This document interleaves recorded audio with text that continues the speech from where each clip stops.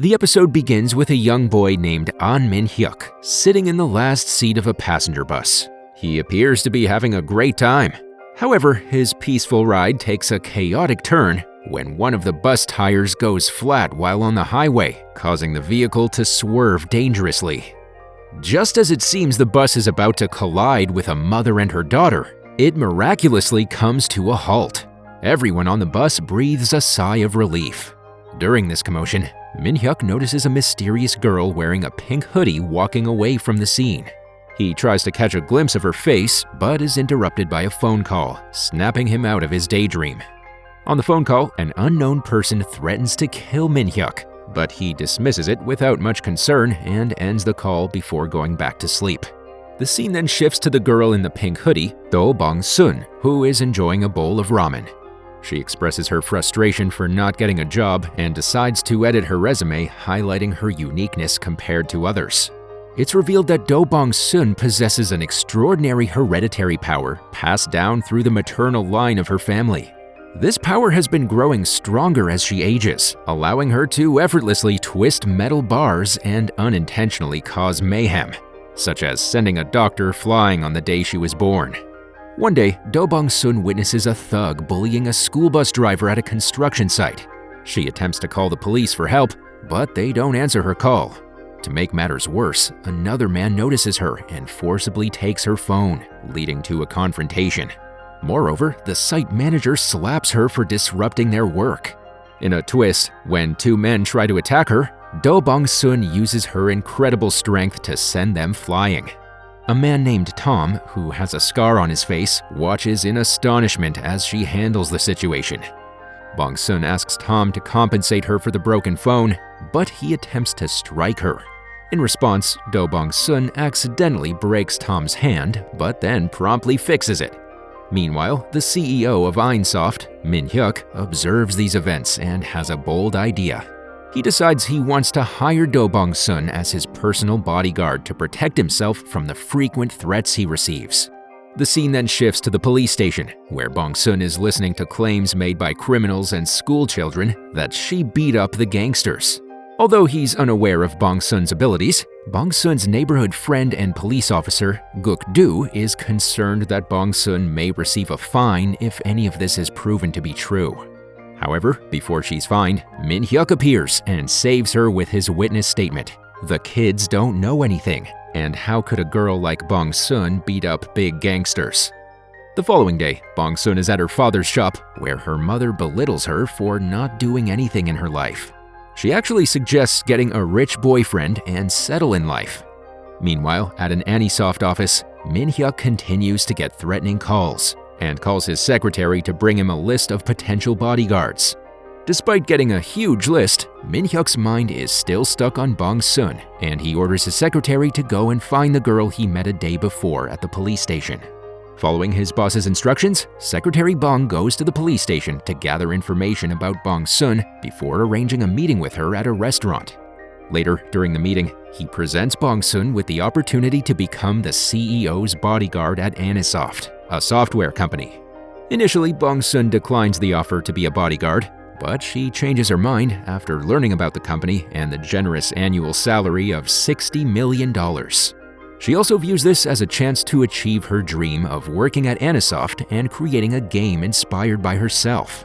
The following day, Bong-sun arrives at the company, excited to start her new job. However, her employer, Min-hyuk, surprises her with an unexpected twist. She must pass a test to secure the high-paying position. The test involves a game of chicken against the secretary, and if Bong-sun wins, she will sign the contract immediately. In this unique game, Bong-sun and Bong are prepared to play chicken, with the man ready to proceed. However, Bong-sun unexpectedly requests a helmet, not for herself, but for the secretary. This request catches the secretary off guard, and he interprets it as an insult. On the other hand, Min-hyuk considers it a reasonable request, having witnessed Bong-sun's remarkable power and abilities. With the helmet in place, the game begins. Soon, Secretary Bong charges towards Bong-sun, but she swiftly kicks him, sending him soaring through the air. The game is over, and while the secretary suffers a broken tailbone and a fractured cervical vertebra, His head remains unharmed. Following this incident, Bong-sun officially assumes her role as a bodyguard, and her initial assignment is to apprehend a man who has been stalking Min-hyuk lately. Bong-sun agrees to take on the job, but makes a request to her employer. She wants to work in the game development department after completing this task. Min-hyuk agrees to her request, but emphasizes the importance of focusing on her current job. Later that night, as Bong-sun is heading home, she has a sense that someone might be following her. She checks behind her, but finds no one there, and continues her journey home. However, a while later, another young woman walks down the same path as Bong-sun and notices a black hooded man trailing her. The frightened girl tries to run away, but unfortunately, the sinister man catches up to her and brutally kills her. The following morning, news of the gruesome murder spreads throughout the city, shocking the entire neighborhood. Meanwhile, Bong-sun is at her new office discussing with Min-hyuk why he didn't report the stalker to the police. In response, Min-hyuk expresses his lack of trust in the police, which is why he hired Bong-sun for the job. As they talk, they both see the news of the young lady's murder on television and feel sorrowful about the tragic event. To lift their spirits, Min-hyuk suggests going out for some fun and urges Bong-sun to join him. He takes her to an upscale mall and indulges in buying various accessories, making Bong-sun carry his shopping bags. Surprised by his lavish spending, Bong-sun hopes he might buy something for her as well. However, to her disappointment, he only purchases an ice cream for her before leaving the mall. Afterward, the two head to a park with Min-hyuk operating a drone, which Bong-sun finds fascinating. Suddenly, Min-hyuk alerts her to check at 12 o'clock, indicating that the stalker has appeared. Bong-sun, as a bodyguard, can't remain calm, and the stalker notices her, attempting to flee. Fortunately, Min-hyuk quickly pursues him with the drone and manages to capture a photo of the stalker's bike's license plate. After an investigation, they discover the owner's address. They waste no time and head there to uncover the identity of the person behind the stalking. Upon their arrival, a man in a red outfit answers the door. Bong-sun then asks him directly if the license plate number belongs to him, and the man confesses that he recently had his bike stolen. Sad, Bong-sun then takes Min-hyuk to her father's shop, but does not tell him that it belongs to her family. They sit there normally and eat their food, while Bong-sun's mother and her friends are shocked to see her daughter with a handsome rich boy. Bong-sun's mother becomes very happy to see them together, and mentions that she wants the guy to be her son-in-law. Later at night, when Bong-sun returns home, she meets her best friend, Kyung-shim, waiting for her arrival. Bong-sun tells her friend about her boss, and after some internet research, Kyung tells her that her boss is actually gay and prefers men to women. Following this, when the family sits for dinner, Bong-sun's mother suggests she date her boss and enjoy a luxurious life. Everyone else does not like her words, but she insists on Bong-sun being close to her handsome boss and marrying him in the near future. Meanwhile, Guk-do is at the spot where the girl was murdered last night and looking around in search of evidence. However, after not finding anything there, he proceeds to leave. Moments after he left, another young girl walks past the area, and the same criminal from the earlier night follows and attacks her. Luckily, before he can eliminate the girl, another guy arrives there and notices him. The criminal then runs away, prompting the guy to call the police. While police investigate the area, Guk-do is sad because he was at the same spot some time before. At the same time, Min-hyuk is also looking at the same news and getting worried for Bong-sun. The next day, CCTV cameras are placed all over the neighborhood, and Guk-do is given the task of protecting the victim girl at the hospital. Right then, Bong-sun also enters the hospital to meet Secretary Bong, who got injured in the chicken fight. There, she notices Guk-do and approaches him. Guk-do then requests her to look after the victim girl while he uses the bathroom, and Bong-sun agrees to do so. While she's outside the hospital room, a person wearing a doctor's dress enters the room and takes the girl away, stating that it's an emergency and they need to perform an operation. After a while, when Guk-do and a real doctor return, Bong-sun informs them about the victim girl being taken for an operation. They realize that the one who took the girl is none other than the criminal himself. Guk-do tries his best to search for them, but fails, and the criminal takes the girl away in a wheelchair. Bong-sun apologizes to Guk-do, but the latter consoles her, stating that it's not her fault. The scene then shifts to the criminal, who's wearing a mask and injecting something into the girl. He then calls the girl his bride, and also asks her to smile before clicking a photo. Following this, he puts her picture in a frame and hangs it on the wall. The criminal also assures her that soon he will bring other girls to accompany her. Next, after getting scolded for his carelessness, Guk-do talks to his superior and requests a bodyguard for Bong-sun.